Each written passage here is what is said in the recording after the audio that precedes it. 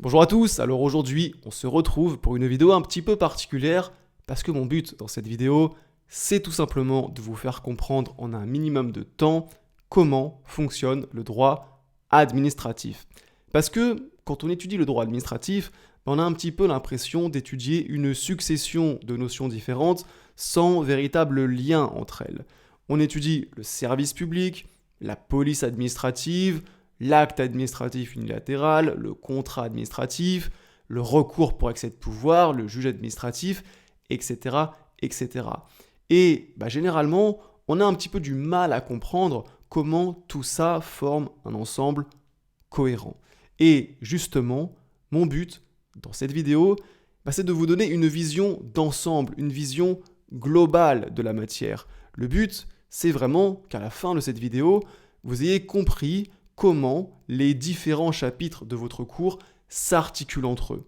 Et vous verrez que cette compréhension globale de la matière vous sera particulièrement utile pour réussir vos examens. Et pour acquérir cette compréhension globale, on va voir ensemble 5 grandes questions. Qu'est-ce que le droit administratif? Qu'est-ce que l'administration? Quelles sont ses missions? Qu'est-ce qu'elle fait, l'administration? Quels sont les moyens dont elle dispose pour agir? Et enfin, comment son action est-elle contrôlée? Et on commence sans plus attendre avec la première question. Alors pour commencer, il faut se poser la question, qu'est-ce que le droit administratif? Le droit administratif, on peut le définir comme la branche du droit public qui régit l'administration. Vous savez qu'on distingue entre le droit privé et le droit public, et donc au sein du droit public, on trouve le droit administratif qui est le droit applicable à l'administration. Alors en réalité, cette définition doit être nuancée puisque parfois l'administration est soumise non pas au droit administratif, mais au droit privé.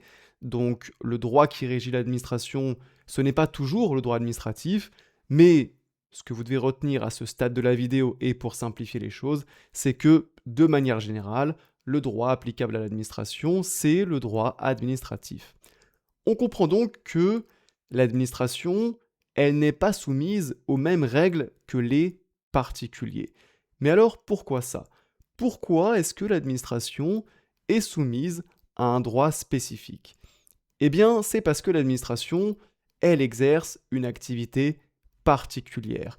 L'administration a pour but de satisfaire l'intérêt général. Elle a pour but de satisfaire l'intérêt de la société tout entière, contrairement aux particuliers qui, eux, recherchent avant tout leur intérêt personnel. Et pour être en mesure de satisfaire l'intérêt général, elle dispose de pouvoirs que les particuliers ne possèdent pas. C'est ce qu'on appelle en droit administratif les prérogatives de puissance publique, qui sont donc des pouvoirs qui lui permettent de faire prévaloir l'intérêt général sur les intérêts des particuliers. Donc l'administration a pour but la satisfaction de l'intérêt général. Pour ça, elle dispose de pouvoirs particuliers et il faut donc un droit spécifique pour encadrer cette activité particulière, le droit administratif. Et il faut également un juge spécifique pour appliquer ce droit, c'est le juge administratif. Puisqu'effectivement, les litiges soumis au droit administratif sont de la compétence du juge administratif. Mais maintenant, la question qui se pose, c'est qu'est-ce que l'administration exactement? Parce que depuis tout à l'heure, je vous parle de l'administration, mais concrètement, qu'est-ce qu'on entend par administration? Eh bien, l'administration, elle est composée d'une multitude de personnes publiques, c'est-à-dire de personnes morales de droit public. Vous savez qu'au sein des personnes morales, on distingue les personnes morales de droit privé, donc c'est tout ce qui va être les sociétés, les associations, etc., etc., et les personnes morales de droit public, qu'on appelle plus simplement personnes publiques. Et au sein des personnes publiques, on a principalement l'État, également les collectivités territoriales, également appelées collectivités locales, donc communes, départements, régions. Et puis également, on a les établissements publics qui sont des personnes morales chargées de gérer un service public particulier. On peut penser par exemple à une université, ou encore par exemple un hôpital, ou encore par exemple la RATP, qui est la régie des transports en commun à Paris. Et donc, toutes ces personnes publiques forment ensemble ce qu'on appelle l'administration. Et elles ont toutes pour but la satisfaction de l'intérêt général, puisque, comme on l'a dit, l'administration a pour but de satisfaire l'intérêt général. Mais concrètement, qu'est-ce qu'elle fait l'administration pour satisfaire l'intérêt général? Eh bien, l'administration, elle a deux grandes missions. Le service public et la police administrative. Commençons par nous intéresser au service public. Qu'est-ce que le service public? Un service public, c'est une activité d'intérêt général exercée directement par une personne publique ou sous son contrôle. En fait, l'idée, c'est qu'il y a certains besoins de la population qui ne peuvent pas être comblés de manière satisfaisante par les initiatives privées. Et donc, c'est l'administration qui va venir répondre à ces besoins de la population en fournissant à la population un certain nombre de prestations. On peut citer des exemples. Par exemple, l'enseignement est un service public. Effectivement, les écoles maternelles et élémentaires sont gérées par les communes, les collèges sont gérés par les départements, les lycées sont gérés par les régions. Autre exemple de service public, la justice. Également, la défense nationale, avec l'armée. Les transports en commun. Les hôpitaux. Ou encore le ramassage des ordures ménagères. Toutes ces prestations que l'administration fournit à la population ont pour but de satisfaire l'intérêt général et sont donc des services publics. Et il faut savoir qu'on distingue en réalité deux types de services publics. Les services publics administratifs, les SPA, et les services publics industriels et commerciaux, les SPIC. Comment est-ce qu'on les distingue? Déjà, on part du principe que tout service public est un SPA. Il y a donc une présomption d'administrativité. Tout service public est présumé être un SPA. Mais toutefois, cette présomption peut être renversée dans le sens où un service public qui a un objet semblable à celui d'une entreprise privée, c'est-à-dire qui a une activité semblable à celle d'une entreprise privée et qui fonctionne comme une entreprise privée, est un SPIC. On peut citer quelques exemples, par exemple la SNCF ou encore EDF, ce sont des SPIC. Et cette distinction entre SPA et SPIC, elle a des conséquences importantes puisque les SPA sont en principe soumis au droit administratif et en cas de litige relèvent donc de la compétence du juge administratif, alors que les SPIC sont en principe soumis au droit privé et donc au juge judiciaire. Donc vous vous souvenez que plus tôt dans cette vidéo, je vous ai dit que l'administration n'était pas toujours soumise au droit administratif, qu'elle était parfois soumise au droit privé, et donc on le voit ici avec les SPIC qui sont soumis au droit privé. Donc ça c'est pour le service public, et donc la seconde grande mission de l'administration, c'est la police administrative. La police administrative, c'est l'activité de l'administration qui a pour finalité le maintien de l'ordre public, qui a pour finalité de prévenir les atteintes à l'ordre public. Effectivement, l'administration a pour but la satisfaction de l'intérêt général, et l'intérêt général requiert aussi que les particuliers ne compromettent pas l'ordre public. Il faut donc que l'État leur impose les limites indispensables, c'est ce qu'on appelle la police administrative. Et traditionnellement, cette notion d'ordre public, elle comprend 3 composantes classiques. Alors, en réalité, la jurisprudence a ajouté d'autres composantes, mais dans cette vidéo, on va se concentrer sur les 3 composantes classiques qui sont les plus importantes.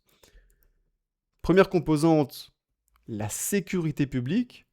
Donc, c'est tout ce qui permet d'assurer la sécurité des personnes et des biens.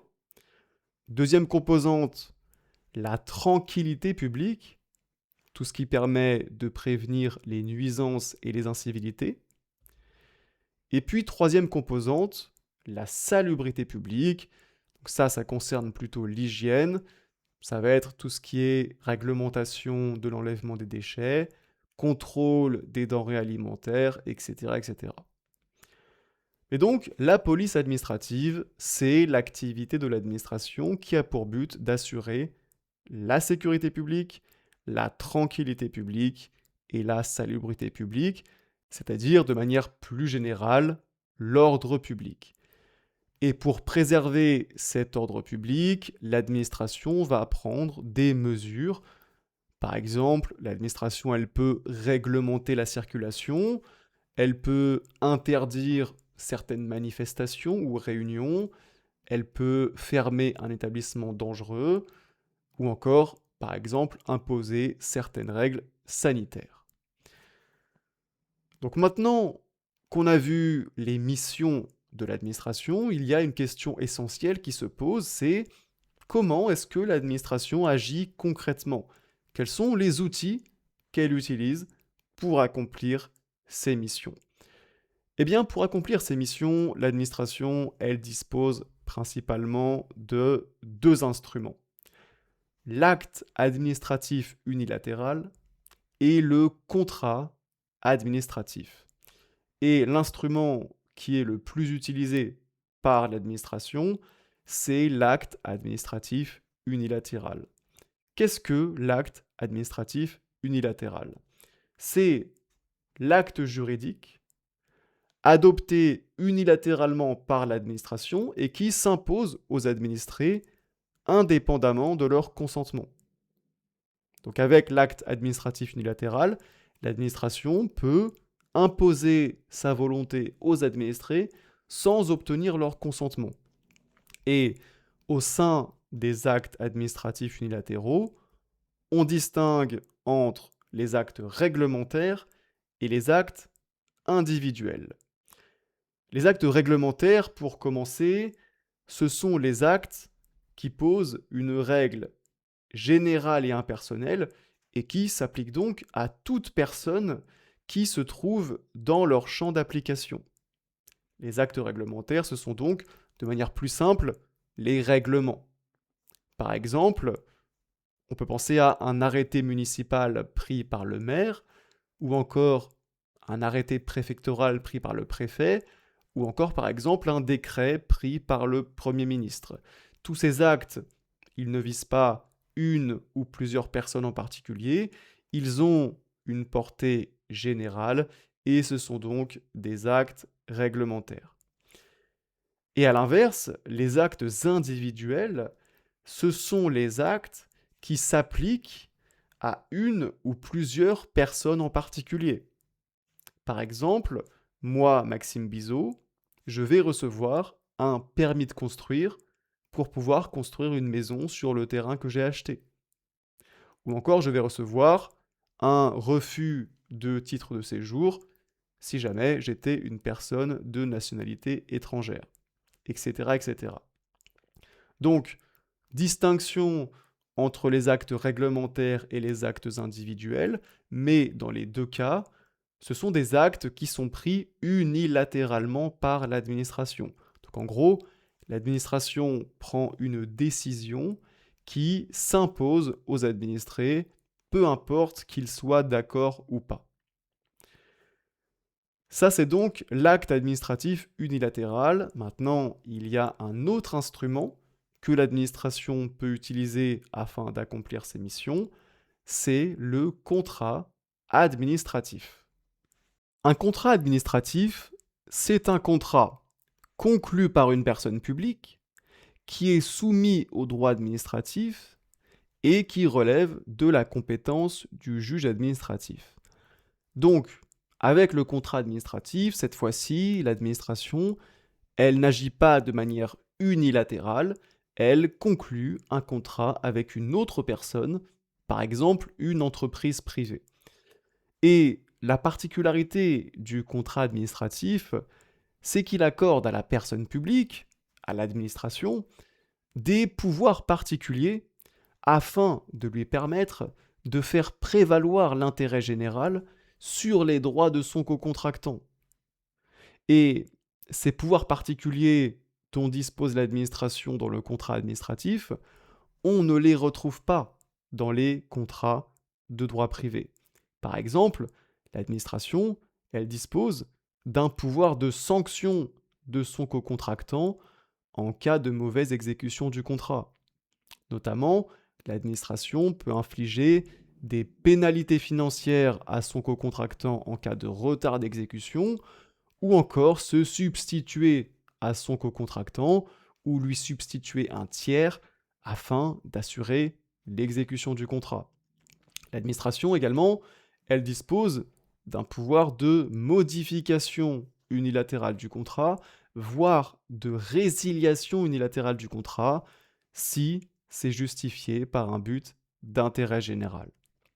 Donc on le voit, avec l'acte administratif unilatéral, l'administration peut imposer sa volonté aux particuliers sans avoir besoin d'obtenir leur consentement. Avec le contrat administratif, elle a cette fois-ci besoin d'obtenir le consentement de son co-contractant, puisqu'il s'agit d'un contrat, mais elle dispose de pouvoirs particuliers. Et donc, dans les deux cas, finalement, on retrouve cette idée centrale qui est que l'administration dispose de pouvoirs particuliers parce que son but est la satisfaction de l'intérêt général. Mais justement, puisqu'elle dispose de pouvoirs aussi importants, il faut nécessairement des mécanismes de contrôle.